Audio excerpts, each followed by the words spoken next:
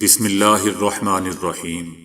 السلام علیکم دوستو، دنیا بھر کی خبروں میں آج آپ سنیں گے، لیکن اس سے پہلے اگر ہو سکے تو لائک اور سبسکرائب کا بٹن ضرور دبا لیں۔ شکریہ۔ شنگھائی تعاون تنظیم کے سربراہ اجلاس میں شرکت کے لیے بھارتی وزیر خارجہ جے شنکر بھی پاکستان پہنچ گئے۔ استقبال کے موقع پر روایتی لباس میں ملبوس بچوں نے معزز مہمان کو گلدستے پیش کیے۔ روس اور چائنا کے وزیر اعظم بھی SCO کانفرنس میں شرکت کے لیے پاکستان پہنچ چکے ہیں۔ کاروباری شخصیات وفاقی دارالحکومت اسلام آباد میں ہونے والی شنگھائی تعاون تنظیم کے اجلاس کے ذریعے ملک کی معیشت میں استحکام کے لیے بہت پر امید ہیں۔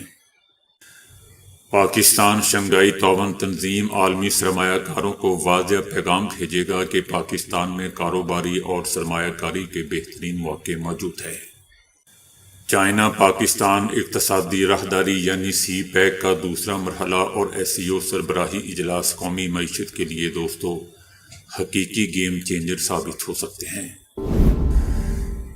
ترکیہ کے صدر رجب طیب اردوان نے کہا ہے کہ اقوام متحدہ صہیونی حملوں میں اپنے کارکنوں کو تحفظ فراہم کرنے میں ناکام ہے، جو کہ باعث تشویش ہے۔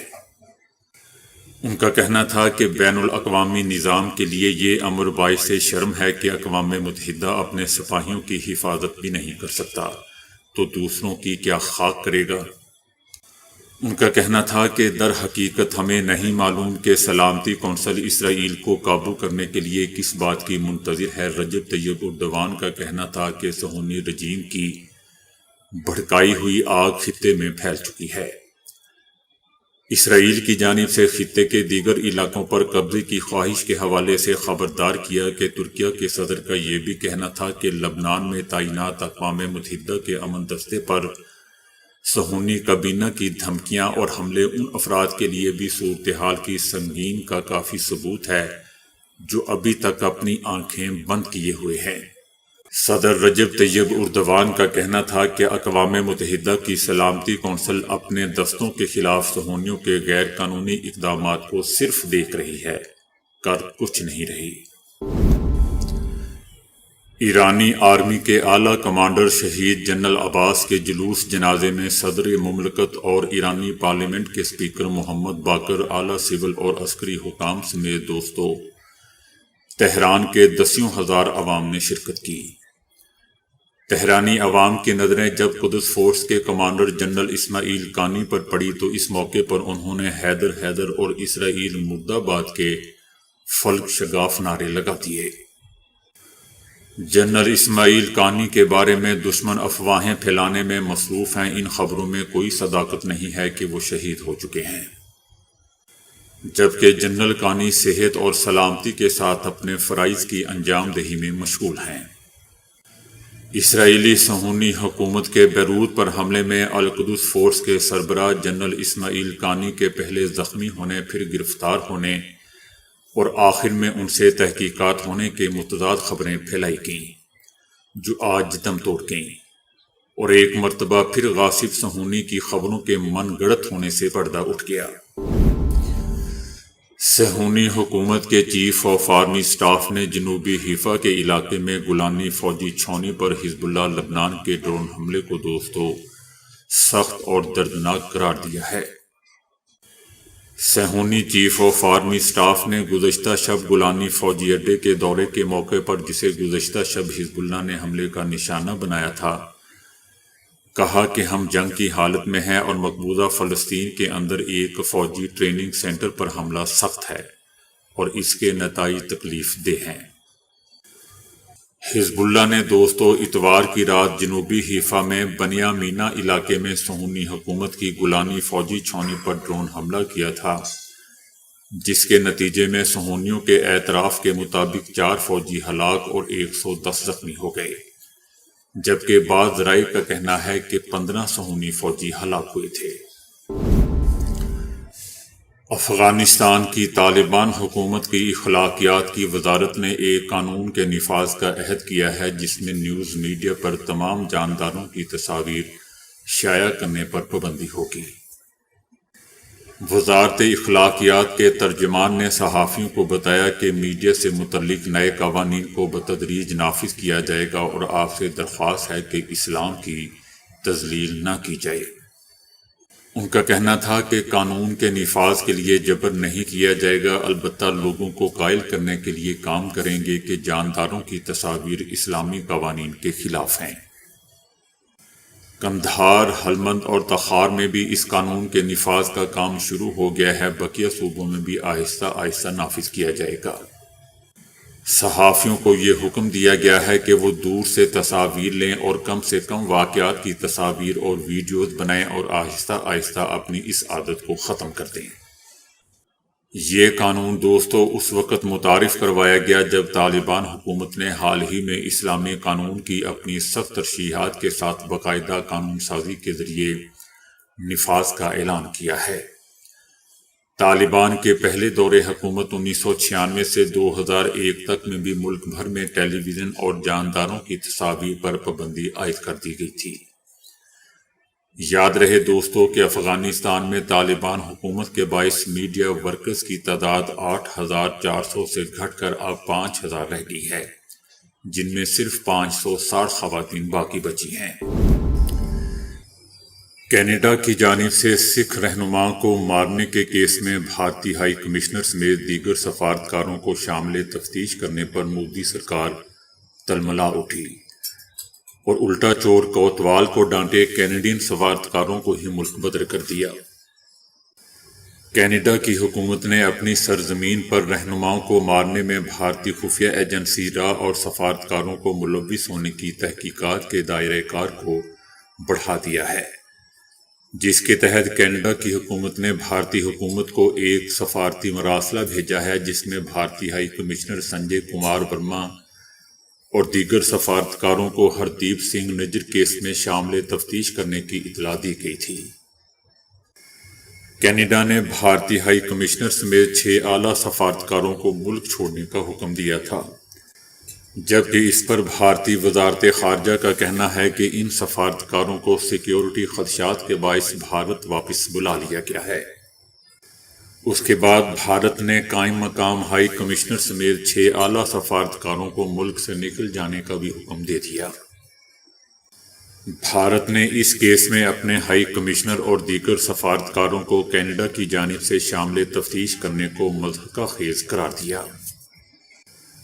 دوستو یاد رہے کہ 45 سالہ رہنما ہردیپ سنگھ نجر کو گزشتہ سال جون میں مسلح افراد نے کینیڈا کے علاقے کولمبیا میں مار دیا تھا۔ کینیڈا نے اس کا الزام بھارتی خفیہ ایجنسی را پر عائد کرتے ہوئے بتایا تھا کہ تفتیش سے معلوم ہوا کہ اس میں بھارتی سفارتکار بھی ملوث تھے، جس کے بعد سے دونوں ممالک کے درمیان سفارتی تعلقات کشیدہ ہیں اور متعدد بار ایک دوسرے کے سفارتکاروں کو ملک بدر کر چکے ہیں۔ شنگھائی تعاون تنظیم کے اجلاس میں شرکت کے لیے دورہ پاکستان پر آئے چینی وزیر اعظم کے اعزاز میں صدر آصف علی زرداری نے ظہرانہ دیا۔ ظہرانے کی دعوت میں army chief general Asim Munir نے بھی شرکت کی۔ دعوت کے دوران صحافیوں نے آرمی چیف سے پوچھا کہ ایس سی او کانفرنس سے آپ کیا توقعات رکھتے ہیں؟ Army chief general Asim Munir کا کہنا تھا کہ ہمارا ایجنڈا صرف پاکستان ہے، ہم صرف پاکستان کو دیکھ رہے ہیں اور اسی کی کامیابی چاہتے ہیں۔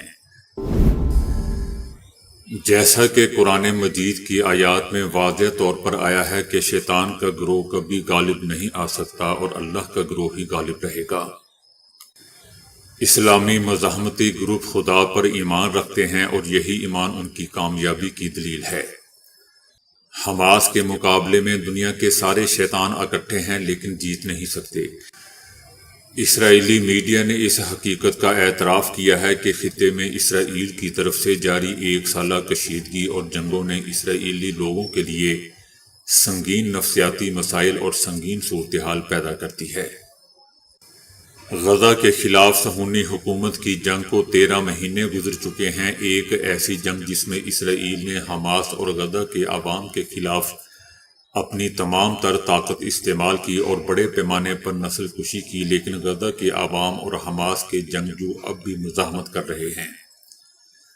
اور کوئی بھی اپنے موقف سے پیچھے نہیں ہٹا ہے۔ اہل غزہ میں ہتھیار ڈالنے کی کوئی علامت نظر نہیں آتی، بلکہ گزشتہ 10 دنوں میں مجاہدین کی طرف سے کئی کارروائیاں انجام دی گئی ہیں، جن میں شہادت پسندانہ آپریشن بھی شامل ہیں۔